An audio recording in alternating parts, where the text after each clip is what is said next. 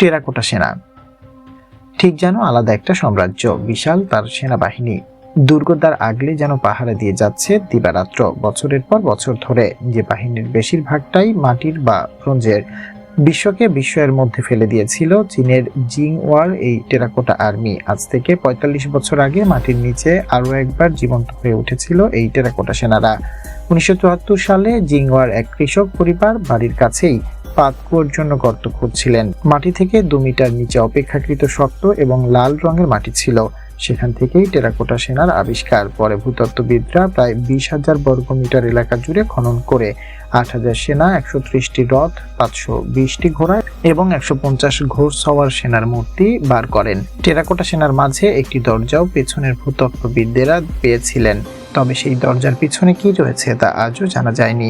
মাটির নিচে অক্ষত অবস্থায় দাঁড়িয়ে থাকা চীনের এই টেরাকোটা সেনা নিয়ে নানান রকমের মত রয়েছে। যে কৃষক পরিবার এর খোঁজ পেয়েছিল তাদের নাকি তারপরেই অনেক রকমের অর্থকষ্ট দেখা দিতে শুরু করে। কঠিন অসুখ হয় পরিবারের ৫ ভাইয়ের। যন্ত্রণা সহ্য করতে না পেরে এক ভাই আত্মহত্যা করেন, বাকিরা অসুখে মারা যান।